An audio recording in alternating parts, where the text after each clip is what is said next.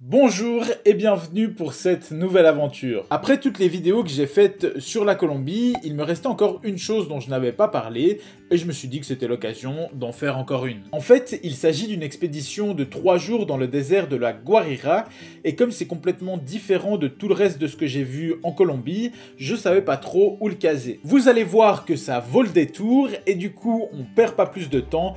Et c'est parti pour la découverte de cette péninsule complètement aride qui est aussi le point le plus au nord de l'Amérique du Sud.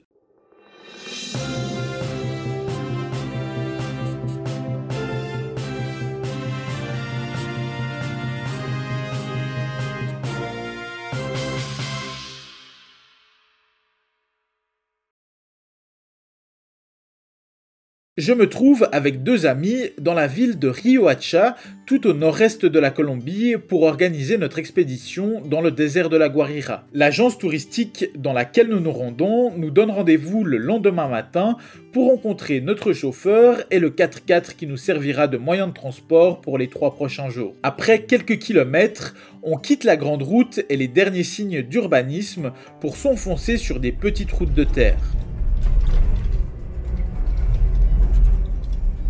Étant donné que la péninsule se trouve juste à côté du Venezuela et qu'il y a beaucoup de migrations illégales qui passent par le désert, on remarque tout de suite une forte présence de l'armée colombienne. On roule durant quelques heures et on arrive au premier stop, une mine à ciel ouvert de sel marin, l'une des seules cultures possibles dans cet environnement aride. Petite particularité, les bassins sont remplis d'une eau rosée teintée par des crevettes minuscules. C'est cette même crevette qui est responsable de la couleur des flamants roses qui la mangent en grande quantité.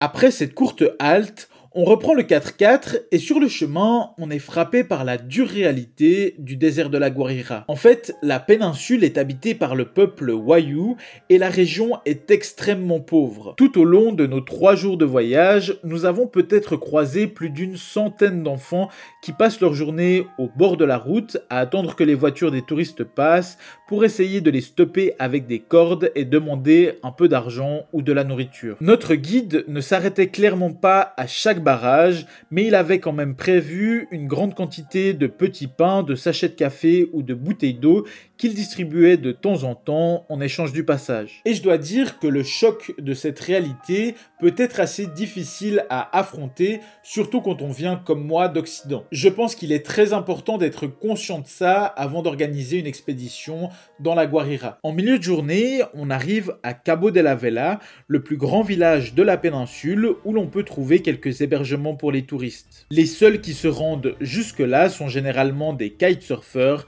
car le climat est très propice pour ce sport.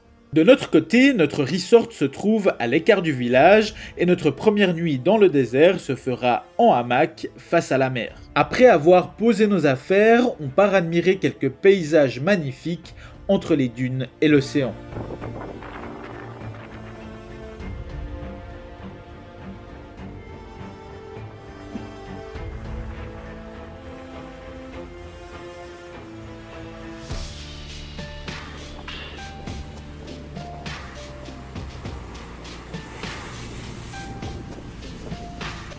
Après quelques stops, on arrive à l'attraction principale de la journée, le Pilón de Azúcar, une petite montagne qui ressemble à un tas de sucre et qui nous offre un point de vue majestueux.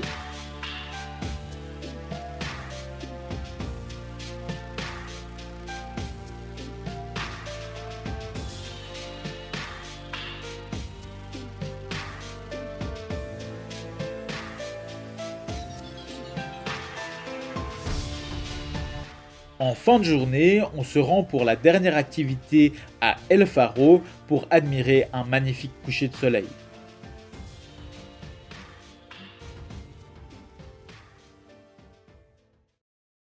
Le deuxième jour, après une petite panne et quelques stops sur des points de vue, on s'arrête sur une énorme dune pour se baigner et tester le sandboarding.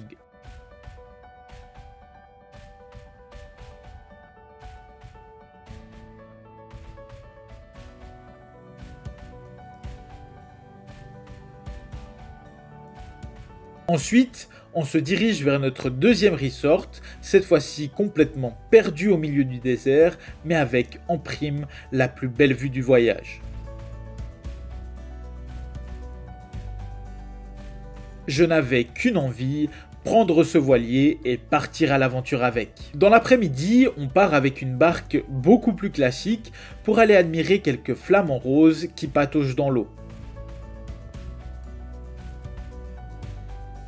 Et on termine notre journée sur la plage la plus isolée que j'ai jamais vue de ma vie, avec de nouveau un coucher de soleil.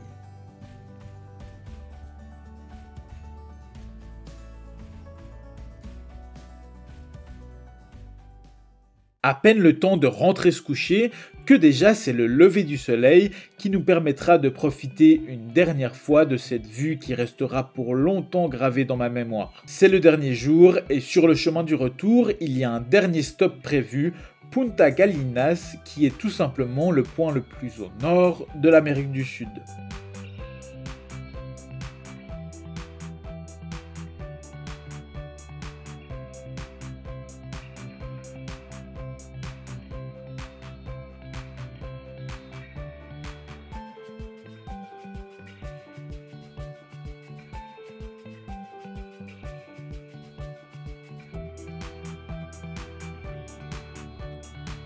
On ne peut pas aller plus loin, il est donc temps pour nous de rentrer à Riohacha et de terminer notre expédition. Voilà donc pour mon expérience dans le désert de la Guajira. Vous l'aurez compris, si vous voulez en prendre plein les yeux, c'est l'endroit idéal et surtout qui change complètement de tout le reste de ce que j'ai vu en Colombie. Après, je trouvais intéressant d'en parler aussi parce que c'est vrai que le grand nombre d'enfants et de femmes qu'on a croisés en train de mendier au bord de la route m'ont fait me poser beaucoup de questions. Forcément, en tant que personne qui a la chance de pouvoir se permettre de voyager, j'ai souvent été amené à me demander si j'avais vraiment ma place dans les endroits que je visitais. Et c'était particulièrement le cas dans le désert de la Guajira. D'un côté, le tourisme fait vivre beaucoup de monde, et de l'autre, j'avais l'impression qu'il y avait une espèce d'habitude un peu malsaine qui s'était installée entre les locaux et justement les touristes. Donc voilà, j'ai pas vraiment de réponse à donner à ça, mais ça m'intéresserait d'avoir vos avis dans les commentaires. J'espère que cette vidéo un peu plus courte que d'habitude vous a plu. Si c'est le cas, n'hésitez pas à vous abonner à cette chaîne. Vous pouvez aussi aller voir toutes les autres vidéos que j'ai sorties sur la Colombie.